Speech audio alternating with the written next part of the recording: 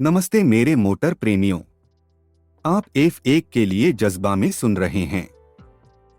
आज हमारे पास कटार ग्रां प्री से कुछ चौंकाने वाली खबरें हैं।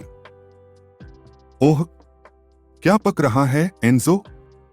वेल मर्सिडीज टीम को रेस की शुरुआत में भयानक आपदा का सामना करना पड़ा। लुइस हैमिल्टन और जॉर्ज रसेल पहले दौर में टकरा गए। अरे वाह, यह तो हॉलीवुड स्क्रिप्ट से भी ज्यादा रोचक है। वास्तव में क्या हुआ?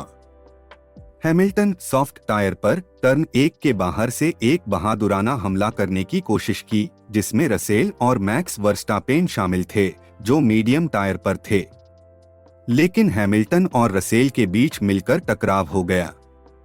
मजाक कर रहे हो क्या? और इसके परिणामस्वरूप क्या हुआ? इससे हैमिल्टन को कंध के अंदर जाना पड़ा और रसेल को नया फ्रंट विंग लगवाने के लिए पिट में जाना पड़ा। हालांकि कोई दंड नहीं दिए गए। यह बहुत ही गड़बड़ थी। टीम का क्या प्रतिक्रिया था? संचार निदेशक ब्रैडली लॉर्ड ने इसे पहले दौर के रूप में कितनी बुरी तरह से हो सकती है, ऐसा वर्णन किया। हालांकि उन्होंने यह भी दर्शाया कि दोनों ड्राइवर्स घटना के बारे में समझदारी से संबंधित रहे हैं। तो क्या यह मर्सिडीज के लिए एक महत्वपूर्ण पीछे हटाव है? वास्तव में, लेकिन वे अपने निर्माताओं के चैंपियनशिप में दूसरे स्थान के लिए लड़ाई पर केंद्रित रहते हैं। इस कहानी में और भी बहुत कुछ है, इसलिए लोगों बने रहें। हर कोई नमस्ते। आप मुझे पहले से ही जानते हैं, मैं एंजो हूं। और मैं आपका सहोस्ट विलियम, आपकी सेवा में। हम यहाँ हर दिन एक ही समय पर हैं, आपको F1 के लिए जज्बा में फॉर्मूला 1 की सबसे गर्म खबरें लेकर आते हैं। सदस्यता लेना और नोटिफिकेशन बेल को दबाना न भूलें, यह हमें शो को चलाए रखने में सहायता करता है। अब चलिए पूरी गति से आगे बढ़ते हैं।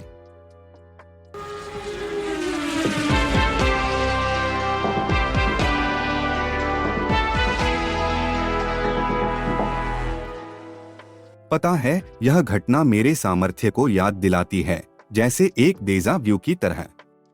मैं 2016 में स्पेनिश ग्रां प्री कवर कर रहा था जब हैमिल्टन और निको रोसबर्ग टकरा गए थे।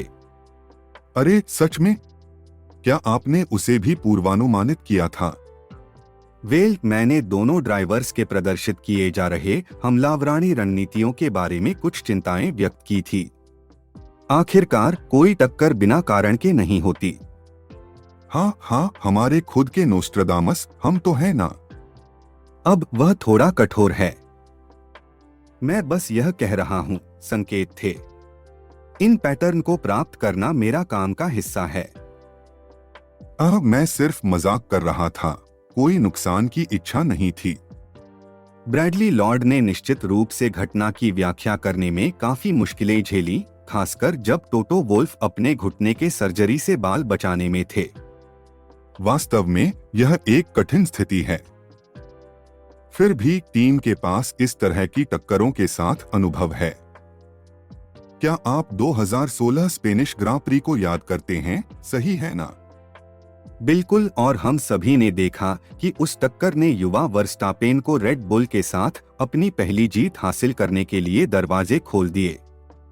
वह कितनी शानदार रेस थी। सच्चाई।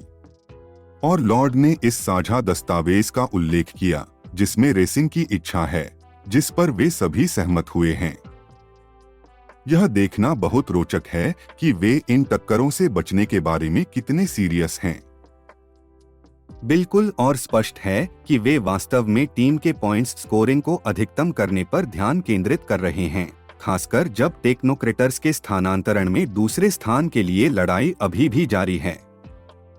मर्सिडीज को फेरारी से केवल 21 पॉइंट्स अलग करते हैं, इसलिए मौसम के अंतिम रेस तो कम से कम कहने के लिए नर्वस होंगे। वास्तव में दबाव निश्चित रूप से मौजूद है। चलिए देखते हैं कि यह सब कैसे खुलता है। विलियम, क्या आप कुछ हाल के डिजिटल चर्चा पर एक नजर डालने के इच्छुक हैं? ऑनलाइन फैंस क्या कह रहे हैं?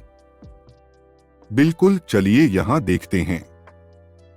तो हमारे पास कैंडलर के एक पोस्ट है जिसमें कहा गया है F1 ने लास वेगास ग्रां प्री के लिए आधिकारिक अनुसूची जारी की है। उद्धरण।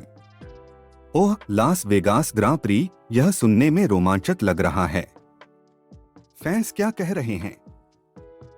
वेल, हमारे पास बंदरेसर से एक दिलचस्प टिप्पणी है। उद्धरण। प्राइम स्ट्रिप क्लब के समय में क्वालिफाइंग रखने का साहसिक फैसला, देखते हैं कि इसका परिणाम कैसा होता है। उद्धरण।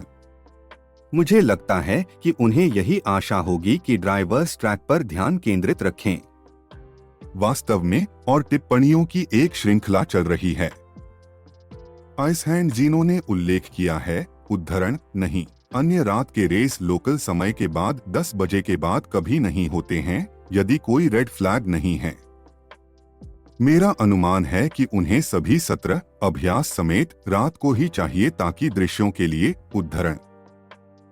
वेगास की चमक और ग्लैमर निश्चित रूप से एक दर्शनीय आश्चर्य है जिसे प्रतीक्षा करने का योग्य है। और भी है, लोवेल्ड जोड़ते हैं। उद्धरण। यूरोप इसे पहले चलाने से रोकता है। यूरोप अभी भी F1 का मुख्य बाजार है। हर यूरोपीय रेस और कुछ यूरोप के बाहर के भी 3 बजे दोपहर के सेंट्रल यूरोपीय समर समय पर होते हैं। 7 बजे सुबह के आसपास ही सबसे पहले वे निकल सकते हैं। उद्धरण। तो यह सब वैश्विक दर्शकों को संतुलित करने के बारे में है। खेल वास्तव में विस्तार कर रहा है।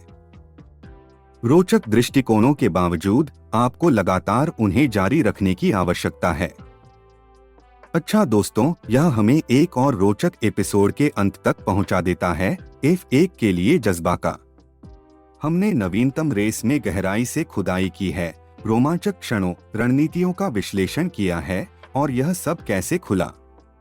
हम आपकी सहभागिता की सराहना करते हैं और अगर आपने हमारी बातचीत का आनंद लिया है तो सदस्यता लेना और उस सूचना घंटी पर क्लिक करना न भूलें।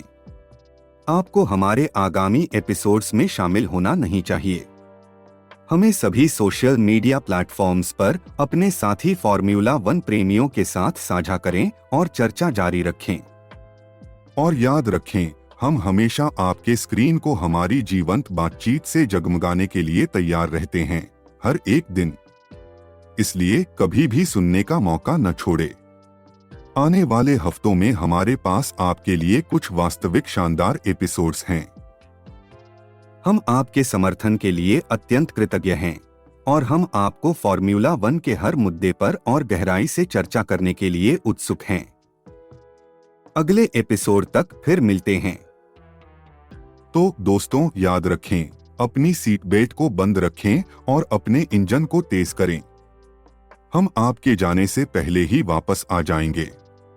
साथ मिलकर मेटल पेडल घुसाओ, सड़क पर नजर बनाए रखो। हमारे चैनल का सामग्री सोने की तरह है।